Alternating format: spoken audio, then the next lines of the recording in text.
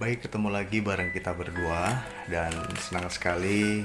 Mudah-mudahan kalian semua yang ada di luar sana yang masih mendengarkan podcast kita. Dan kebetulan ini adalah podcast kita yang ke-6.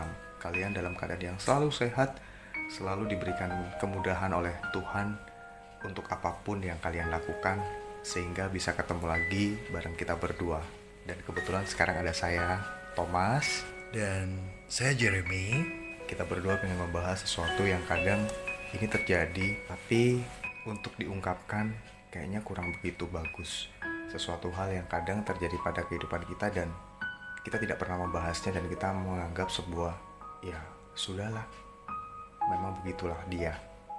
Kita akan lebih condong untuk membahas sebuah masalah yang memang mungkin kalian hari-hari ini sedang hadapi. Di tengah permasalahan, terkadang kita merasa bahwa seseorang yang selama ini ada di dekat kita, seseorang yang selama ini selalu ada dengan kita, tiba-tiba dia menghilang begitu saja ketika kita mengalami sebuah titik yang terendah. Kenapa dia tidak seperti dulu? Kenapa dia tidak peka? Kenapa dia tidak WhatsApp aku? Kenapa dia tidak menanyakan kabarku? Dan kenapa. Tapi kita tidak pernah mengetahui dan kita tidak pernah mencari jalan keluarnya, sehingga kenapa itu akhirnya menjadi ya sudahlah, Menjadi sebuah tanda tanya dan selalu mengiringi perjalanan kehidupan kita. Kira-kira seperti itu ya. Untuk podcast kita kali ini, kita akan membahas tentang sebuah topik yang cukup menarik ya. Mungkin ada beberapa orang yang menganggap ini sebuah hal yang biasa saja, tapi kita menganggap kalau hal ini benar-benar cukup relevan untuk dibahas ketika sahabat menjadi teman. Jadi mungkin ada beberapa orang yang menganggap kalau sahabat teman adalah dua hal yang sama. Ada beberapa anggapan yang terjadi kalau sahabat adalah teman, tidak ada bedanya. Tapi perlu Anda tahu, kalau kita berbicara soal sahabat dan juga teman, itu adalah dua hal yang berbeda. Karena sahabat adalah orang yang selalu merasakan suka duka perjalanan kehidupan kita. Dan teman adalah orang yang tidak terlalu dekat dengan kita, karena mungkin intensitas pertemuan yang tidak terlalu sering, atau mungkin pembicaraan atau mungkin pemikiran yang tidak sepaham ya. Tapi justru di sini yang menarik ya. betul. Karena saat kita sudah memiliki sebuah sahabat atau istilahnya best friend, ya, kita akan merasa punya tempat curhat yang cukup menyenangkan ya. Bertukar pikiran, mendapatkan solusi-solusi permasalahan kehidupan yang kita alami. Tapi ada di satu titik di mana semuanya berubah. Tuh. Dia menghilang. Dan kita tentu bertanya-tanya dalam hati, apa hal yang membuat dia berubah? Apa hal yang membuat dia memutuskan untuk tidak seperti dulu lagi? Dan kalau menurut saya, Thomas, hal itu terjadi adalah karena kita berbicara soal kehidupan. Arti kehidupan adalah datang dan pergi. Kehidupan selalu berganti setiap waktu. Kita tidak pernah tahu apa yang akan terjadi, keajaiban apa yang akan kita alami di hari esok, misteri apa yang akan kita hadapi nanti. Dan ini tentu menjadi sebuah hal yang cukup menarik ya. Betul Kalau sekali. kita berbicara soal sahabat yang tiba-tiba pergi, kalau kamu apakah dengan mudah untuk mencari seorang sahabat yang baru? Bagaimana Thomas?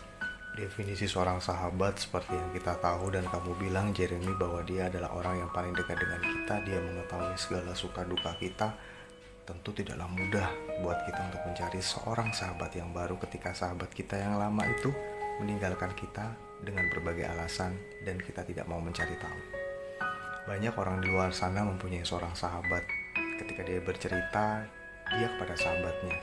Ketika dia senang, dia datang kepada sahabatnya. Oke. Dan ketika dia mendapatkan sesuatu hal yang paling dia cintai dan dia sayangi, pasangan, hal pertama yang dilakukan adalah bercerita kepada sahabatnya daripada kepada orang tuanya. Dan itu relevan buat kita berdua. Karena apa? Karena seorang sahabat definisinya memang dia yang paling dekat dengan kita. Dia yang mengetahui apapun yang ada dalam diri kita. Keburukan, kejelekan, kebaikan, semuanya dia tahu.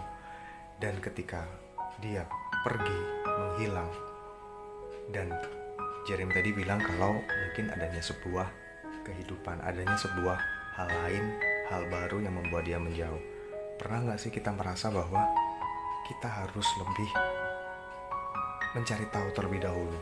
Kita tidak boleh menghakimi sahabat kita, karena kita tahu bagaimana sosok sahabat kita. Kita ngerti bagaimana dia dengan kita.